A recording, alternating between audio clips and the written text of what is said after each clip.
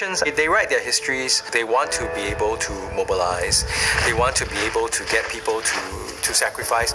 So in the Singapore case, there's this sort of emphasis on this sort of rags to riches story, right? No other country has succeeded in improving the living standards of its people as quickly and comprehensively as Singapore has done so ever in human history.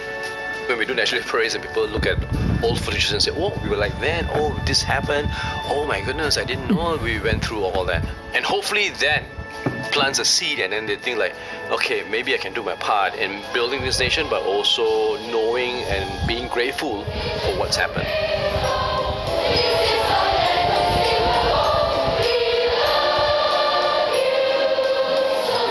Worked for the earlier part of our nation building, but we also have to recognize we will have our fair share of knocks. There'll be times when we're less successful as our situation changes. Maybe those historical narratives that we have, they can be improved upon. Our historical narratives have broadened. For example, we used to look at Singapore from a 200-year lens. Now we look at it from a 700-year lens to give us a broader perspective on regional developments and the rise and fall of polities in Southeast Asia. There's also been a lot of interest in getting the perspectives and voices of ordinary people inserted into these big national histories and national narratives as well. And public institutions like museums are much more consultative as well, and members of the public are happy to share their views with museums when it comes to curatorial decisions. And ultimately, this kind of realism and diversity will provide a much more resilient foundation for us to develop our history. We have to realize, accept and celebrate the myriad voices. 我觉得这是非常重要的，因为一个事情发生之后啊，不同背景的人啊，永远都有不同的分析、不同的看法。 It's true, like the current modern Singapore, we owe it to Mr. Lee Kuan Yew and his group of visionaries. But there were many founding fathers, and the history stretches all the way back. The early immigrants who came largely from China, India, Ceylon, and Indonesia were largely anonymous, humble folk. The immigrants were not locusts who had their fill and left the desert. They found a desert and left behind a throbbing, dynamic and prospering city. A modern, multiracial, multicultural and multilingual Singapore. When we're setting up a nationhood, there has been a lot of effort to make sure that people from different backgrounds feel like they belong here. I'm not sure if the narrative has been lost like throughout the years or like as we grew to become a global city. So if we can make space for newer migrations in our historical consciousness, in our historical narratives, then we can perhaps come to a more inclusive understanding of the place of migration in the continuing and evolving story of us.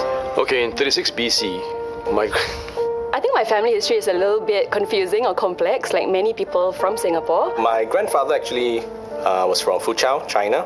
By today's standards, he would be considered sort of like an illegal immigrant. Some of my ancestors were from southern India, and some of them were from Fujian province. Yongchun County in Fujian province. Yongchun County in Fujian province, and moved to Malacca. From Malacca as well as Banja in Indonesia. From the various islands of the Malay archipelago. This island called Bawean, which is in the East Java. It's a mix of Javanese and also from South Asian descent. My grandmother is Malay and my grandfather came from India.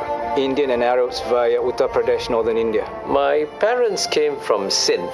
Sindh, which what I understand now is part of Pakistan. Part of my ancestry actually comes from India, so from Kerala. From a coastal town in Tamil Nadu. A little village in southern China. Tanzania, which is in Africa. I'm from Australia. My dad's mum, she came from Penang, and my dad's dad came from England, and they met during the war. My father was born in Malaysia, specifically in Ipoh, and my father decided to come to Singapore and find his fortune here. We've been in Singapore 4 generations at least. 3 generations before me. Well, I'm only a second generation Singaporean born. But what amazes me, of course, is how quickly we forget that we had immigrant roots. Perhaps a reflection of the success of nation building. I really feel proud of where we are. Feel proud of what we've achieved and what we've gone through. Even now I'm a bit teary now. Because our forefathers worked so hard. They literally broke their back to get this country where it is now. 其实新加坡人是很 proud of Singapore。我对自己呢是一个新加坡人呢，我还是一直觉得非常非常的骄傲。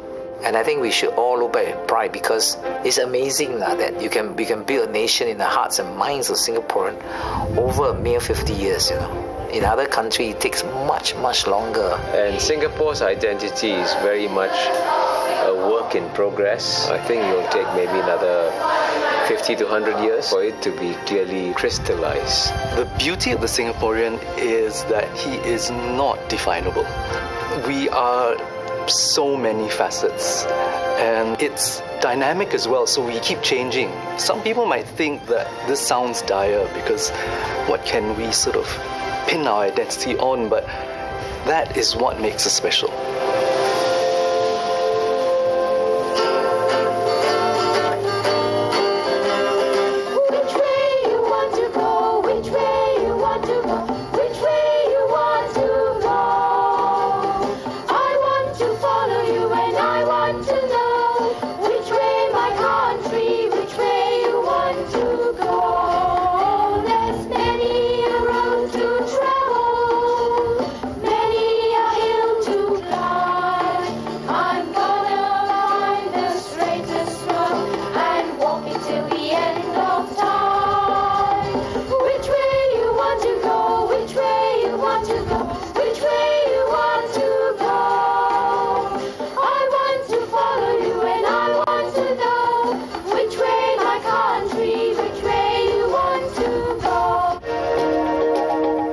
There's still a lot of hate of the other culture.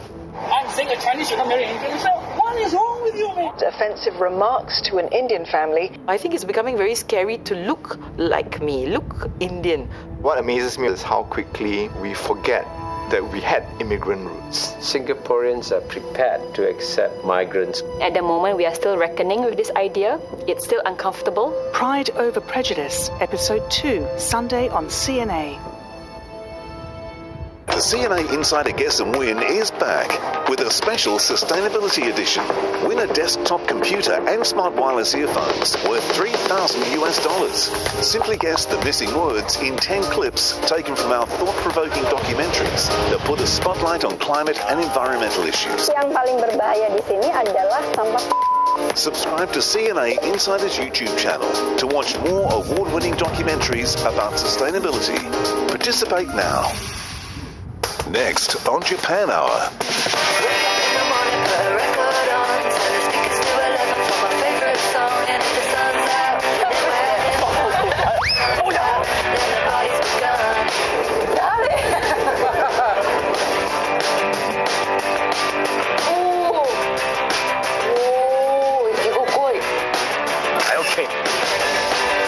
Japan Hour, Saturday on CNA.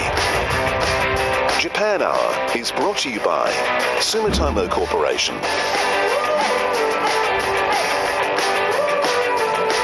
and SMBC.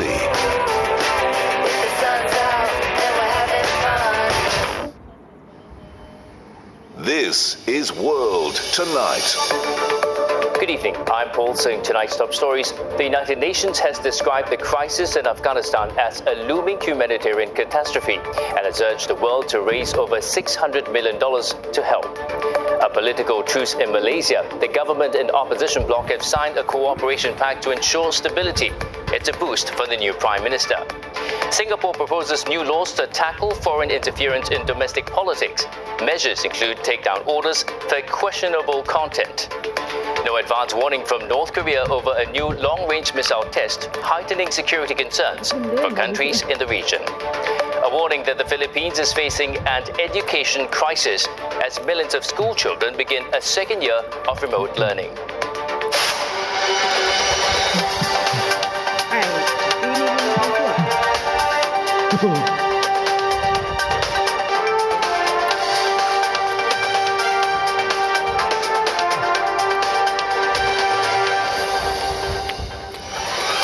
I'm Eugenia Lim. Also tonight, flights cancelled and schools suspended as Typhoon Chantu heads for Shanghai and neighboring coastal regions. Even more testing times for Malaysia's critically endangered Bornean orangutans, as they too need to be checked for COVID-19.